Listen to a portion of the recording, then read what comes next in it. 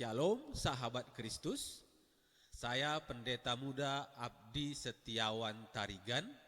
Pagi hari ini akan menyampaikan firman Tuhan dengan tema menjadi kuat di dalam Tuhan. Ayat bacaan kita terambil dari 2 Timotius 2, ayat yang pertama sampai yang ke-7. Demikian bunyi firman Tuhan. Sebab itu, hai anakku, jadilah kuat oleh kasih karunia dalam Kristus Yesus. Apa yang telah engkau dengar daripadaku di depan banyak saksi, percayakanlah itu kepada orang-orang yang dapat dipercayai, yang juga cakap mengajar orang lain. Ikutlah menderita sebagai seorang prajurit yang baik dari Kristus Yesus. Seorang prajurit yang sedang berjuang tidak memusingkan dirinya dengan soal-soal penghidupannya, supaya dengan demikian ia berkenan kepada komandannya. Seorang olahragawan hanya dapat memperoleh mahkota sebagai juara apabila ia bertanding menurut peraturan-peraturan olahraga. Seorang petani yang bekerja keras haruslah yang pertama menikmati hasil usahanya. Perhatikanlah apa yang kukatakan. Tuhan akan memberi kepadamu pengertian dalam segala sesuatu. Saudara yang dikasihi oleh Tuhan Yesus, sebagai orang percaya, tentu kita tidak kebal terhadap berbagai masalah yang ada di dalam hidup ini. Tidak pernah ada jaminan bahwa ketika kita percaya kepada Yesus, maka kita bebas dari persoalan. Tidak pernah. Justru kalau kita perhatikan, masalah itu sering diizinkan terjadi supaya kita dapat berlatih dan menjadi cakap dalam menghadapi berbagai permasalahan yang akan kita temui di dalam kehidupan ini. Karena itu di ayat yang ke-1 tadi mengatakan dari 2 Timotius 2 ayat yang ke-1 sampai ke-7 tadi dikatakan, jadilah kuat. Orang percaya harus kuat.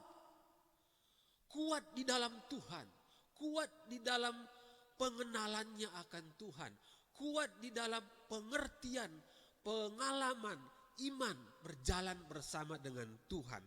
Karena itu pada pagi hari ini kita akan belajar bersama-sama bagaimana supaya kita menjadi orang percaya yang kuat dalam menghadapi berbagai persoalan, permasalahan seturut dengan firman Tuhan. Yang pertama dari ayat bacaan kita tadi, ayat yang ke-3 sampai yang ke-4. Dikatakan, ikutlah menderita sebagai seorang prajurit yang baik dari Kristus Yesus. Seorang prajurit yang sedang berjuang tidak memusingkan dirinya dengan soal-soal penghidupannya, supaya dengan demikian ia berkenan kepada komandannya. Nah, sikap yang pertama yang harus dimiliki oleh orang percaya supaya menjadi kuat adalah memiliki sikap seperti seorang prajurit. Bagaimana sikap seorang prajurit? Seorang prajurit dilatih untuk menghadapi musuh. Anak Tuhan harus berani menghadapi masalah. Jangan pernah lari daripada masalah. Karena begitu kita lari dari permasalahan yang ada di hadapan kita, maka sudah pasti kita akan kalah.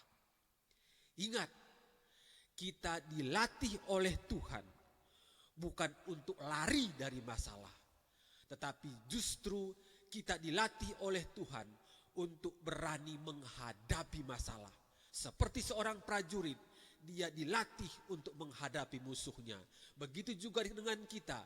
Kita dilatih oleh Tuhan untuk menghadapi setiap persoalan yang diizinkan datang di dalam kehidupan kita. Nah, yang kedua, bagaimana seorang prajurit? Seorang prajurit itu bertindak sesuai dengan perintah komandannya. Ini rahasia kemenangan, Bapak Ibu. Rahasia kemenangan seorang prajurit adalah Prajurit tidak mungkin mengerjakan yang tidak disuruh oleh komandannya. Prajurit hanya mengerjakan apa yang diperintahkan oleh komandannya. Begitu juga dengan kita, orang yang percaya kepada Tuhan. Ketika muncul satu persoalan, ketika muncul satu pergumulan di dalam kehidupan kita, maka yang harus kita lakukan adalah kita harus menghadapi masalah itu dengan cara mencari jalan keluarnya di dalam Tuhan. Jangan pernah cari jalan keluar di luar daripada Tuhan. Karena jalan keluar yang ada di luar Tuhan belum tentu itu benar seperti yang Tuhan inginkan di dalam kehidupan kita. Nah, ini yang pertama, sikap seorang prajurit. Nah, bagaimana lagi sikap kita supaya kita bisa kuat di dalam menghadapi persoalan?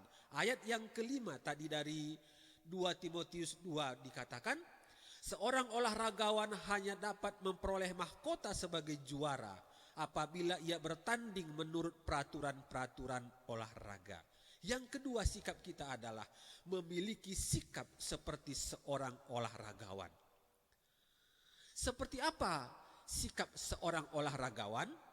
Seorang olahragawan dilatih untuk bertanding. Tidak ada olahragawan yang hidupnya santai setiap hari. Dia selalu ada dalam posisi yang siap tanding kapanpun diminta. Karena itu seorang olahragawan akan tetap melatih dirinya setiap hari. Supaya apa? Ketika diminta bertanding, dia didapati di dalam posisi yang siap. Nah, begitu juga dengan orang percaya. Kapanpun masalah itu datang, kapanpun persoalan itu ada di hadapan kita, maka kita harus selalu ada di posisi yang siap untuk menghadapi. Kenapa? Karena Tuhan membawa kita untuk menjadi orang yang siap bertanding. Tuhan melatih kita untuk menjadi orang yang siap masuk dalam gelanggang pertandingan. Tidak ada orang percaya yang tidak masuk dalam gelanggang pertandingan. Itu firman Tuhan katakan. Setiap kita akan masuk dalam gelanggang pertandingan. Dan kita harus masuk untuk apa? Untuk mengerahkan setiap kemampuan kita. Untuk sungguh-sungguh mengandalkan Tuhan di situ. Sehingga apa? Kita sampai kepada satu titik di mana kita memperoleh kemenangan. Karena seorang olahragawan itu juga dilatih untuk menang. Tidak ada olahragawan yang dilatih supaya kalah. Tidak ada. Olahragawan itu pasti dilatih untuk memperoleh kemenangan. Begitu juga saya dan saudara yang dijadikan Tuhan menjadi pemenang-pemenang. Kita dilatih untuk bisa menang, mengalahkan setiap persoalan, pergumulan di dalam kehidupan kita. Sehingga kita pun melalui kemenangan itu semakin bertumbuh di dalam iman kita kepada Tuhan. Nah, ini yang kedua, sikap yang harus kita miliki supaya kuat. Sikap yang ketiga yang harus kita miliki supaya kuat adalah ayatnya yang ke-6 dari 2 Timotius 2 tadi. Dikatakan bahwa seorang petani yang bekerja keras haruslah yang pertama menikmati hasil usahanya. Seorang petani cirinya adalah dia memiliki ketekunan. Itu petani, saudara. Petani itu adalah memiliki ketekunan di dalam hidupnya. Dia tekun mempersiapkan ladangnya agar bisa ditanami. Dia tekun memelihara atau merawat tanamannya. Begitu juga ia tekun menantikan sampai tanamannya itu menghasilkan dan dapat dinikmati. Nah, ini petani. Begitu juga di dalam kehidupan kita sebagai orang percaya. Jangan pernah gampang untuk menyerah. Ketika kita masuk dalam satu pergumulan, masuk dalam satu persoalan, masuk dalam satu ujian yang Tuhan izinkan, jangan pernah gampang menyerah. Meskipun sekali persoalan itu sudah lama kita hadapi. Mungkin persoalan itu sudah bertahun-tahun kita hadapi. Tapi satu hal yang Tuhan katakan kepada kita pagi hari ini, jangan sampai menyerah. Bertekun terus, berharap terus, percaya terus bahwa di dalam Tuhan ada kemenangan. Ketekunan kita tidak akan pernah sia-sia. Itu firman Tuhan katakan. Di dalam Ibrani 10 ayat yang ke-36 mengatakan, sebab kamu memerlukan ketekunan, supaya sesudah kamu melakukan kehendak Allah, kamu memperoleh apa yang dijanjikan itu. Ketekunan kita akan membawa kita memperoleh janji Tuhan. Bapak Ibu yang dikasihi oleh Tuhan, mari pagi hari ini kita perkuat iman kita di dalam Tuhan. Kita menjadi anak-anak Tuhan yang gagah perkasa di hadapan Tuhan, menghadapi segala badai kehidupan pada hari-hari ini. Karena kita tahu hari-hari ke depan bukan hal yang gampang untuk kita lalui, tetapi kita percaya bersama-sama dengan Tuhan kita mampu. Miliki sikap seperti sikap seorang prajurit, miliki sikap seperti sikap seorang olahragawan, miliki sikap seperti seorang petani yang memiliki ketekunan di dalam kehidupannya. Puji nama Tuhan, ini firman Tuhan yang bisa saya sampaikan pada pagi hari ini. Mari kita berdoa bersama-sama.